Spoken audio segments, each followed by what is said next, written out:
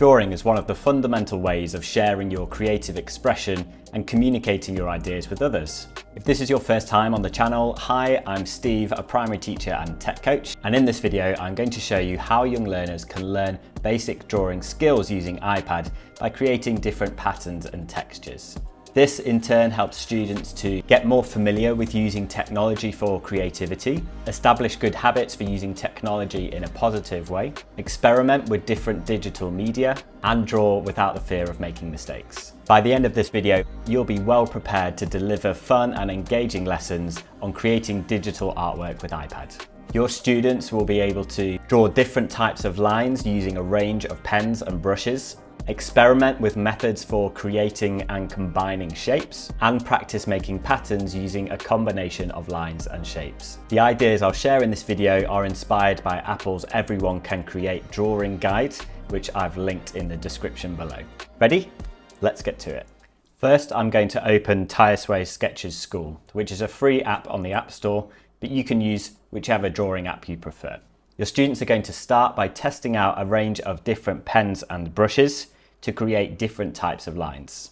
They can try changing how hard they press to make different lines lighter or darker, and make different types of lines like vertical, horizontal, diagonal, curved, or zigzag. To change the color, they can tap the square in the bottom right-hand corner and then undo by tapping with 2 fingers, or use the eraser tool to erase parts of the page. Next, students can use different brushes or pens to write their name, and you can encourage them to use a different color for each letter. Sketching shapes is another great way to practice using digital drawing tools. Students can practice drawing different types of shapes, some small, some large, again trying out different tools along the way.